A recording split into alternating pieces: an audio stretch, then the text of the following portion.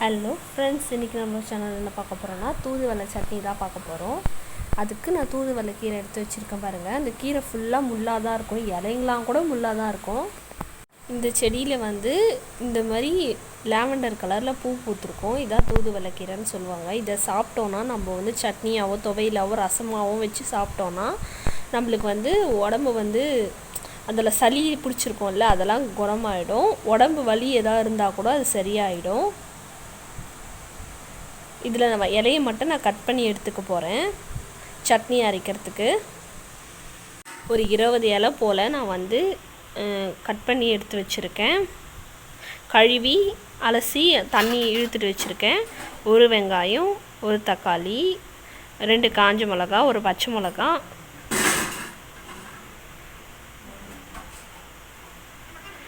அப்புறம் தேங்காய், பூண்டு, இஞ்சி, அப்புறம் புளி. இதுதான் இதுக்கு தேவையான பொருட்கள். அப்புறம் ஒரு கடாய் வச்சுருக்கேன். கடாயில் வந்து எண்ணெய் ஊற்றிக்கிறேன். எண்ணெய் ஊற்றிட்டு பூண்டு, இஞ்சி, தேங்காய் இதை மட்டும் ஃபஸ்ட்டு ரோஸ்ட் பண்ணி எடுத்துக்க போகிறேன். செவந்துச்சு பாருங்கள், எடுத்துக்கலாம். இது கூட வந்து இப்போ தூதுவளை, அந்த கடாயில் வந்து தூதுவளை கீரையை வந்து போட போகிறேன்.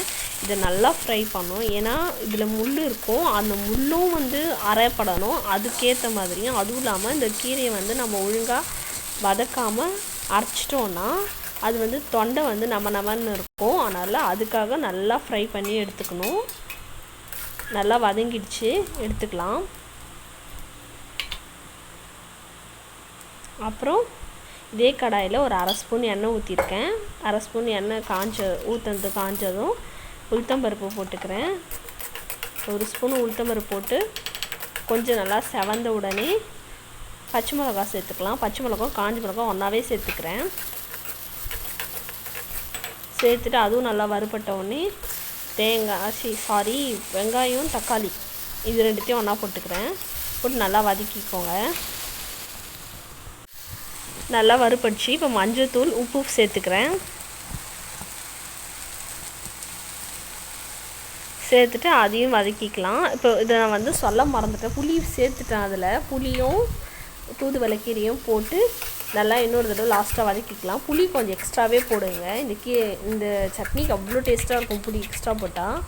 நல்லா பேஸ்ட் மாரி அரைச்சிக்கோங்க.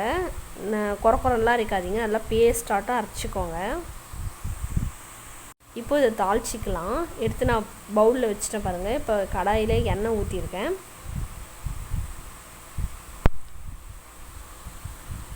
ஊற்றிக்கிட்டு அது காஞ்சதும் கடுகு போடுறேன். கடுகு நல்லா வெடித்ததும் கேஸ் ஆஃப் பண்ணிவிட்டு கருவேப்பிலை சேர்ப்பேன். சேர்த்துட்டு கொட்டிட்டேன். அவ்வளோதான், தூதுவளை சட்னி ரெடி ஆகிடுச்சு. இந்த வீடியோ உங்களுக்கு பிடிச்சிருந்தா லைக், கமெண்ட், ஷேர், சப்ஸ்கிரைப் பண்ணிக்கோங்க.